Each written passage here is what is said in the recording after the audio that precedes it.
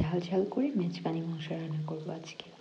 অনেকদিন ধরে ইচ্ছে করছিল মেজবানি মাংস খেতে, কিন্তু এই মেজবানি মাংসের অথেন্টিক টেস্টটা আসলে বাসায় করা পসিবল না। আর আমি যেহেতু চট্টগ্রামের মেয়ে, আমি বেশ ভালো করেই জানি যে এটা অথেন্টিকটা কীরকম টেস্টের হয়।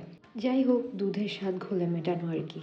সুন্দর করে আমি মাংসটা ক্লিন করে নিয়েছি। এবার আমি এটাকে মশলা দিয়ে মাখাবো, তারপর চুলায় বসাবো। সো আমি হচ্ছে এখানে এলাচ, দারচিনি, লং, গোলমরিচ, তেজপাতা এই সবগুলো আস্ত একটু দিয়ে নিয়েছি। তারপর আমি এখানে 1 কাপের মতো পেঁয়াজ বাটা দিব, আই মিন ব্লেন্ড করে নেওয়া। দেন আমি এখানে টারমারিক পাউডার দিচ্ছি, আর রেড চিলি আমি এখানে প্রথমে একটু দিয়েছি, পরে আমি আবার দিব কারণ আমার এটা একটু ঝাল খেতে ইচ্ছে করছে। দেন আমি এখানে জিঞ্জার পাউডার, গার্লিক পাউডার দিচ্ছি, and also I am going to add some jeera powder, coriander powder আর একটু গরম মশলা পাউডার।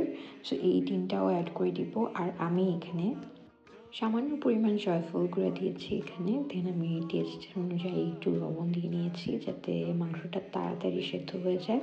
এরপর আমি এখানে মেজবানি মাংসের মশলা দিয়ে দিচ্ছি, স্পেশাল মশলা 2 টেবিল স্পুনের মতো দিয়েছি। দেন আমি এটাকে সুন্দর করে হাত দিয়ে মাখাবো। আর মাখানোর সময় আমি এখানে তেলও ব্যবহার করব অল্প করে। অল্প করে না, আসলে যতটুকু আমি কুক করার জন্য ব্যবহার করতাম পুরাটাই আমি এখানে দিয়ে দিব। আর ম্যারিনেট করার সময় হচ্ছে আমি কিছুক্ষণ টাইম দিব। সো আমি এখানে মোটামুটি অনেকটা পরিমাণের সরিষার তেল দিব। আর মেজবানি মাংসের অথেন্টিক যেটা রান্না করা হয় সেটা কিন্তু সরিষার তেলে রান্না করা হয়। আর মেজবানি মাংস কিন্তু মজা হওয়ার ওয়ান অফ দ্য মেইন যে রিজনটা সেটা হচ্ছে অনেক বড় একটা ডেকে রান্না করা হয় কয়লার চুলায়।